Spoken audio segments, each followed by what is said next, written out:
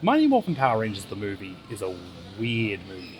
And that's fine. I'd rather a movie that's weird and maybe a little bad than mediocre and forgettable. But the movie is fun, it's creative, it's nostalgic, and it has all this love and passion from the creators that just shines in every moment. I love it. Well, most of it. Half of it. The first 20 minutes or so, but boy, what a great 20 minutes that movie is. This year is the 30th anniversary of Mighty Morphin Power Rangers the movie, so Power Rangers Australia is putting on a special screening in Sydney. Some of you may not be aware, but a majority of that movie was actually filmed in Sydney. The fun, the action, the ooze, the Megazord scene, all of that was done in Sydney. I'm going to show you the site, give you some fun facts, and convince you why this movie is worth watching. Flight to Sydney now boarding. Most of it. Flight to Half Sydney of it. now boarding.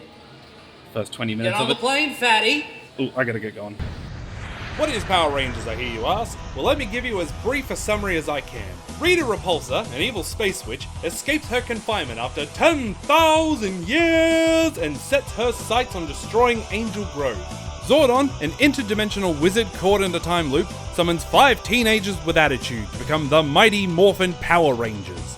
A team of colourful superheroes who use their martial arts, their colour-coded weapons, and their giant robot, the Megazord, to fight off Rita's evil monsters each and every week. Monsters like King Sphinx, Nasty Knight, Chunky Chicken, Gnarly Gnome, Mr. Tickle Sneeze, Grumblebee, Frankenstein's Monster, and Babe Ruthless. Over 30 years of this nonsense, 50 in Japan, Mazel Tov! They eventually gain a new member, Tommy, while the forces of evil gain Rita's boss and eventual husband, Lord Zed. Oh no, I hear you say. How am I gonna watch the movie without knowing all this lore? Do I need to watch the episode with the traffic light turtle to be able to follow the plot? Well, good news, the movie is non-canon. It changes a bunch of things, it's a separate continuity. It's also not exactly a lore-heavy take on the series, so if you haven't seen the show in 20-something years and you can't tell your pudgy pig from your pumpkin wrapper, you'll be fine. If you vaguely remember watching an episode as a kid, it's just that, but more. Here's the movie's plot. Rita and Zed awaken Ivan Ooze, the greatest threat in the universe. He manages to overpower the Rangers, destroy Zordon's base, and take their powers away. With no one to stop him, Ivan enslaves the parents of Angel Grove to uncover his giant mechanical insect so he can destroy the world. Meanwhile, the Rangers go to a faraway planet so they can unlock new powers to defeat Ivan Ooze. Will they succeed? Probably. In my original script, I tried to break down each of the characters in the movie, but it gets really hard to come up with more words than is a good person for some of them. Even the ones that do have personalities don't really get to show them off in the movie. Let me just run you through them. Tommy is the White Ranger and the leader, Rocky is the Red Ranger, Adam is the Black Ranger, Kimberly is the Pink Ranger, Aisha is the Yellow Ranger, and Billy is both the Blue Ranger and my favourite member of the team. As a unit, they're a group of teenagers who are sporty, fun, and always looking out for their community. 3 factors that make them the perfect team of superheroes to fight slime boys and big crows. Hey, wait a minute, aren't some of those Rangers different to how I remember? Shh, don't worry about it, shh, we're moving on. Jordon is a big head in a tank who gives the team their powers and is helped by Alpha 5, his little robot assistant. The villains, Rita and Zed, do have quite fun personalities, but they play such a small part in this movie, it's not worth the bother of getting into. They spend most of this movie trapped in a snow globe. You also have their iconic henchmen, Goldar and, Pigman? Mordant, apparently. Never showed up before the movie, never shows up after the movie, but he gets a few good lines, so good for him. But then you've got the main villain, the galactically feared, globally reviled, and universally despised Ivan Ooze. The best part of the movie. He gets all the good lines, moves the entire plot along, and looks like a goddamn icon. He's flamboyant, he's short-tempered, he's witty, he's one of those villains who is evil because he likes being evil. The movie is worth it for him alone. It is a crime that this character never gets to be referenced in the main series, despite multiple continuities, dimensions, timeline, and the Hasbro era's obsession with referencing old stuff. Ivan can't even get a name drop. I couldn't find anything concrete, but my guess is that being written for the movie, his copyrights belong to Fox. Something similar to why Bebop and Rocksteady couldn't be in Ninja Turtles for the longest time. Boy, that was a good flight. I thought I was going to die. Now, the first place I wanted to show you was the construction site where they first discover Ivan Ooze, but someone went and put a bloody tower on top of it. How rude. This is the Meriton Suite World Tower, a flashy hotel in the heart of Sydney, and my base of operations for the next few days. Is what I'd like to say, but it costs $1,800 to stay there for 3 nights, so I'm gonna go find an ibis or something. The construction site was also where the Rangers morphed for the first time, and you may have noticed these aren't the usual spandex suits of the TV show. If you watch any interview about this movie, the crew were very interested in making the suits look more advanced and powerful than the regular TV show. So they're armoured, they're bulky, and they have extra features. These movie suits apparently weigh 50 pounds extra than the TV ones. Personally, I don't like these suits as much, but for a one-off thing, they work a treat. They're unique, they're iconic, and they give cosplayers more material to work with. I don't think I'd be singing the same tune if they went through with their other design change. In the early stages, the producers and the director, Brian Spicer, wanted the visors of the helmet gone. They wanted you to be able to see the faces of the heroes inside of the costumes throughout the movie. Which, with all due respect, is not a good idea. Besides making it harder to swap between the screen actors and the stunt actors, that's not what this franchise is about. I feel like part of the magic is that they can convey so much emotion with these souped up motorcycle helmets. Despite what the Halo showrunners will tell you, conveying emotion without a face is possible. And it seems like after a few attempts with the gutted helmets, the higher-ups agreed that it wasn't the right look and they went back to the proper helmets. And no one ever had such a bad idea again. Okay, I'm all checked in. I've had a really nice lunch. Oh, king. And now I'm ready to show you some of the sights of Sydney.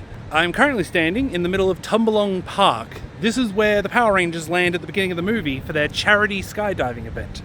Tumbalong Park itself, really nice area. There's little playgrounds, there's places to eat. Just a good day out for you and your family if you don't want to spend too much money. You're not too far from the IMAX cinema, which is a good place to go if you do want to spend a lot of money. That's a loud vehicle. Hey mate, what kind of Megazord are you? I'm here in Darling Harbour, where the Rangers were rollerblading under the monorail track that... hang on. Yeah, they got rid of that, didn't they? I'm glad that didn't play a big part in the movie. Anyhow, while there's no Rangers here today, there are many interesting things to check out, such as...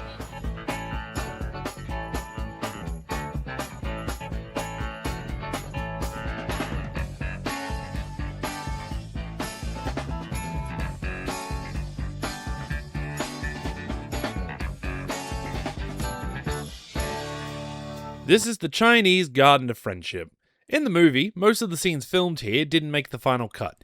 But you know what? I like this spot, so I'm using my footage, even if it's partially irrelevant. This is just a stone's throw away from Tumbalong Park, and for a small entry fee, you can spend a wonderful afternoon strolling around this tranquil area, admiring the blend of architecture and nature. In the film, there was a cut training scene, and, if my research is to be believed, where the team fought a big skeleton monster. Though for the life of me, I cannot work out where they did that. They also filmed a couple of scenes from The Wolverine here. You know, one of those scenes that took place in Japan. What? Whenever we went to visit family in Sydney as a kid, we always came here, and I would admire all the little fishies in the pond. And you know what? You should too. What are you, too good for fish? Get over yourself and get over to the Chinese Garden of Friendship. What a good dog.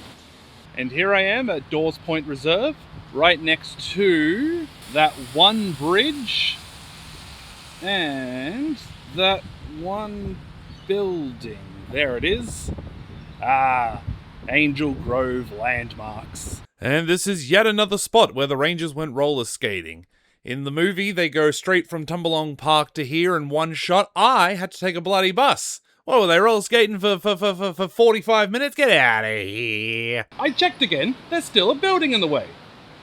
When I planned this shot, I didn't know I was going to be right next to a very busy road, so let's see how well this goes, eh? I'm standing in front of the Hayden Orpheum, a building that's been up since 1935. So there's a very good chance this was actually playing the Power Rangers movie back in June of 1995. I'm mistaken, actually. In Australia, the movie came out in... What We have to wait till September. We made the bloody thing here. You can't. I cannot speak highly enough of how nice of a cinema this is. It just reminds me how much I love going to the movies. Especially for something that made me so happy as a kid, with a bunch of people who feel the same way. Back in the day, I only ever got to see the film on tape whenever it was available at Video Easy. So to see it on a massive screen made this admittedly very, very silly trip all worth it. These Minecraft screenings are getting out of control. This is a transition. My phone stayed off during the film. Now, while my hotel doesn't cost a month's rent, it is on the very street where the final battle takes place, where Ivan Ooze fights the Ninja Megazord, which is an interesting scene. I quite like the little sets they have, like they make little miniatures of the city. I quite like the Megazords themselves. The animation it's fine. I've seen worse, I've seen better. But then around the time Ivan Ooze's face leaks out of his body and goes into a big ant, and they combine the Megazord, it's bad. It's real bad. It's not good. It's bad. Oh no. Oh no. Hello. Here we are at the Sydney Tower Eye. You may recognise this as the building that Ivan Ooze used as a weapon in the phenomenal Megazord battle. And from here, you can see lots of really nice shots up from above of Sydney. Boy, I have not slept much. I'm standing here in front of Disney Studio Australia, formerly Fox Studios Australia, where they filmed many of the scenes in the Power Rangers film. I tried to go inside. I wanted to go check out the factory where they made all the ooze, but they wouldn't let me in.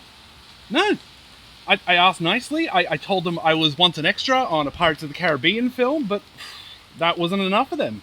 What's happening to this industry, man? There's just no respect. Just so I don't get any smartasses commenting, there's very little toys in this toy travel. I went to the very cool Mitchell Road Antique and Design Centre, where I saw a big blue Billy Boy that I could not afford. You won't believe it. Still there. Well, here we are at the end of the video.